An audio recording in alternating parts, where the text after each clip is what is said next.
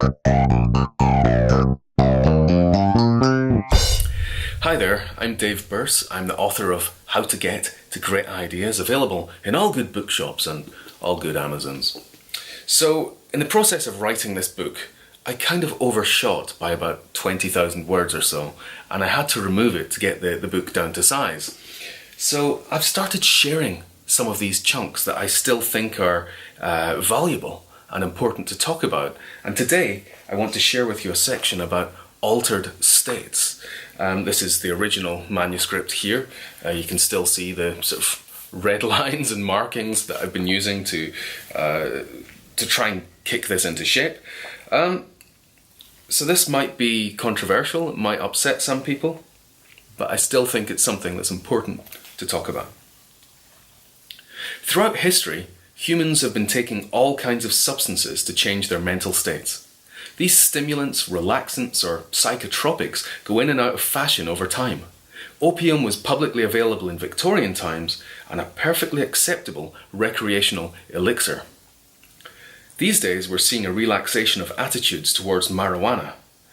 Currently, our attitudes to drugs are on the move. Even if you're a staunchly just say no kind of person, you probably still take some kind of mind-altering chemical, whether it's caffeine, alcohol, nicotine, or, if this whole topic makes you feel uptight, maybe some Prozac. Whether you're buzzed, tripping, or like totally out of your gourd, you're using a substance to shunt your thinking out of the norm. Many of the readily available options bring down the barriers that stop you having and expressing ideas. And all of them alter the way your brain normally works to give you access to new perspectives and concepts. Please note that I'm not condoning the use of drink and drugs. But on the other hand, neither am I condemning it. It's something that's had a long association with the world of creativity, and no look at divergence would be complete or honest without talking about it. Bad advertising. If you've ever watched Mad Men, you'll have noticed how much of the advertising workday seems to be fueled by scotch or martini. Rarely is Don Draper seen without a whiskey glass in his hand. And this approach to drinking wasn't just fictional. There was a time when it wasn't unusual for advertising executives to have a drinks cabinet in their office.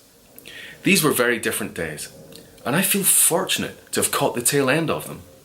When I started as an advertising creative in the early 90s, it was normal to head out to the pub for lunch.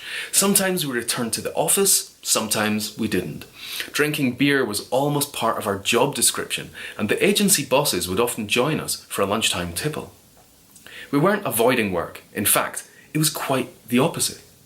We took our sketch pads and marker pens to whichever pub we fancied that day and came up with ideas while we drained our pints. Many of us believe this helped us do our job better. It all changed sometime around the turn of the century. It seems that the millennium bug had bypassed the computers entirely and infected the minds of management with a humourless drive for efficiency and responsibility. The lunchtime pint in the pub was replaced by tasteless sandwiches at the desk. The party was officially over, and the accountants turned off the lights behind us to save money. 100% proof. A few years ago, I was talking about these old glory days with the editor-in-chief of the Drum magazine. Over a few drinks, of course. We got together with another former advertising creative director, John Jessup, to run an experiment to see if alcohol does in fact help creatives do their job better. So we recruited 20 advertising creatives and split them into two groups. Each of them had 3 hours to work on an advertising brief. The only difference was one group was allowed to drink as much as they liked, while the other group was only allowed soft drinks. At the end of this slightly messy night, we collected all the ideas the teams had produced over the 3 hours. We picked the 5 best ideas from each team and visualised them to the same standard so that no one would be able to tell the difference. We then presented these concepts to a group of top creative directors as well as to members of the public. And the results surprised even us. The group with an unlimited alcohol supply dramatically outperformed the other team.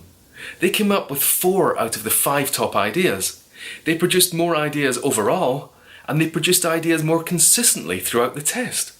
Of course, this wasn't done to rigorous laboratory standards, and it would never make it into an academic journal.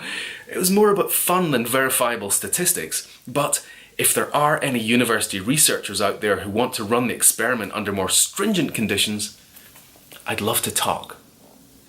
Of course, alcohol isn't the only mind-altering substance that's been used to unlock ideas. Join me on a trip. There are plenty of people who've gone way beyond alcohol in their creative efforts, but I don't think anyone's done that with as much single-minded dedication and panache as Hunter S. Thompson. In her book Hunter, The Strange and Savage Life of Hunter S. Thompson, E. Jean Carroll outlines the writer's somewhat unconventional routine. His day started at 3 p.m. with a glass of Chivas Regal, a Dunhill cigarette, and the morning papers. This was shortly followed by cocaine, another glass of Chivas and another Dunhill, before his first cup of coffee, a Dunhill, cocaine, orange juice, Dunhill, cocaine, cocaine, and cocaine. That just covers the first 2 hours. It carried on like this until he was ready to start work at midnight. He'd then write for 6 hours, powered by a cocktail of narcotics, alcohol, and tobacco. Afterwards, he'd unwind in the hot tub with champagne, Dove bars, and some fettuccine Alfredo. Then he'd go to bed, around 8 a.m. Of course, he wasn't the only writer to be fueled by drugs. Aldous Huxley, William S. Burroughs, and Jack Kerouac were also famous for it. But less celebrated literary drug users were Ayn Rand, John Keats, and even the French philosopher Jean-Paul Sartre. There's nothing particularly surprising about this. Just about every creative field has its stories of narcotic-powered genius. But, of course, most offices are entirely drug-free. Or are they? Business deals. In 2011, the film Limitless told the story of a business executive played by Bradley Cooper who started using a drug called NZT that unlocked the full potential of his mind. It helped him excel at his job and rise to the top of the finance world. Everything was going great until the side effects kicked in and his supply dried up. The story is, of course, just fiction, but it's inspired by fact. For a number of years, nootropics, or smart drugs, have been on the increase in educational institutions. These tend to be prescription drugs like Adderall, Ritalin, and Modafinil that are being used to help increase focus and boost cognitive abilities. The drugs are normally used to treat ADHD or narcolepsy, but they're helping students spend more time studying and helping them cram more information into their heads. A study of Ivy League students in 2014 showed that about 20% of them had already tried smart drugs. And they didn't view the performance-enhancing effects to be cheating. The drugs have also made it into the workplace. The magazine Nature surveyed its readers and discovered that 1 in 5 of them admitted to taking smart drugs. The US military has experimented with modafinil to push soldiers beyond the normal limits of human endurance. And a quick look at Google Trends shows that searches for the term nootropics has been on a steady rise over the last few years. One thing to note is that all of these drugs are about focusing the mind and enhancing your ability to do stuff. They're unlikely to help you generate valuable new ideas. The rise in popularity of smart drugs is a direct result of the current corporate drive towards increased efficiency and utilization. When you've reached your natural limit, and you want to give yourself an advantage in the workplace, mind enhancers like these are the obvious choice. They're not going to help you come up with amazing ideas. They're more likely to confine you to the norm. And their increased use simply reveals the corporate culture that's stifling fresh thinking in the first place. Creativity at the tap of a finger. I imagine you've come to the conclusion that drugs in the workplace aren't a great idea. But what if I told you there's a headset you can wear that will put your brain in the right state for generating ideas or focusing on information? This amazing device called Play-to-Work uses a technology called transcranial direct current stimulation, or TDCS for short. The headset has inbuilt electrodes that are aligned to specific areas of the brain, and it uses microdoses of electricity to regulate the frequency of brain regions. The technology has been around for years. Again, it's been tested by the American military to help snipers learn faster. And it's showing promise as an effective way of treating depression. The real benefit of TDCS is the fact that it's non-invasive. You simply place the electrodes on your head and it immediately gets to work on manipulating your brain's electrical network. The most you'll feel is a slight tingle on your scalp. We've created two different type of electrical stimuli, one that enhances creativity and one that enhances focus. Says Balder Onnerheim, one of the founders of the company.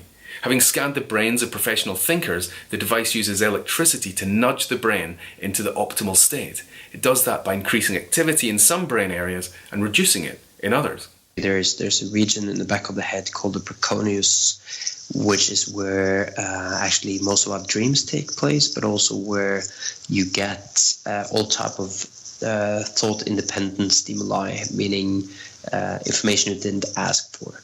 Activity in preconeus seems to be highly correlated with creative problem solving, because if you try to approach a new way of understanding something, then you want your brain to be throwing up, potential relevant material for you.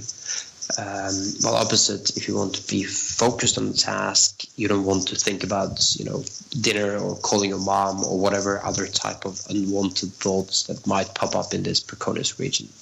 So with the plate over work headset, that's one of the areas that we are manipulating, so it's either easier or harder for the brain to have activity in that region. Just as humans have developed ways of making it easier to lift things, do maths, remember information and clean up, we'll continue to develop ways of improving our thinking abilities. With all of these options out there, I currently feel a bit lame sitting here talking about this, fueled by nothing but tea. If you kind of enjoyed this section here, that didn't make it into the book, so just imagine the stuff that actually did. I'm quite proud of this. In fact, I'm very proud of this here, and I recommend that you pick up a copy. Just go into your local bookstore or go to Amazon and search for how to get to great ideas. And I'm running workshops on it, I'm teaching, I'm doing master classes, I'm consulting using some of the information that's in here. So give me a shout if you want to hear more about it. But I'm going to be back with some more of these pieces that were too hot for the final version of the book. Thank you so much for listening to the end.